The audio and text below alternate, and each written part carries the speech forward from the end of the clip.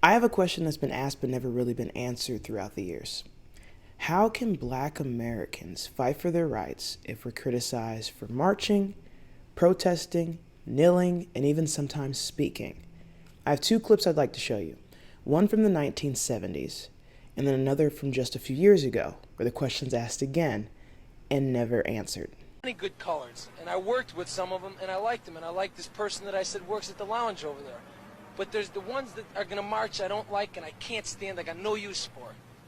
And when your church tells you human rights, and you pay no attention to your church? I pay attention to my church when they say about human rights. But what the marchers want, they don't want rights. They say they want peaceful coexistence. How can they have peaceful coexistence when there's all this trouble? Who makes the trouble? They do, by marching.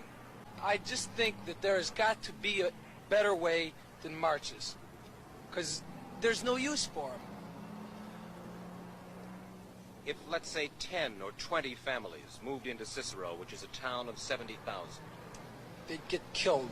That first clip was in regards to African Americans and redlining and moving into spaces that we weren't always welcome. The second clip I'm about to show you is about Black Lives Matter and kneeling during the national anthem.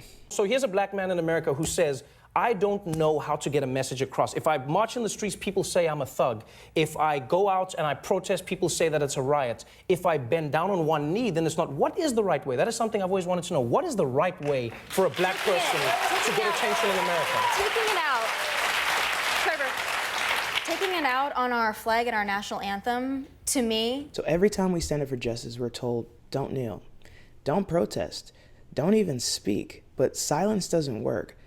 So the question still remains, what can we do? I'd like to hear below from some people in the comments. Personally, I believe that no matter what we do, our voices just simply aren't respected. So no matter how we go about fighting for our rights, we're going to be criticized no matter what. It doesn't matter what we do. That's my personal take and from what we've seen from history. I want to know if anyone has the answer, because it's never been answered since back then and now. We've gotten the same answer, which is really no answer.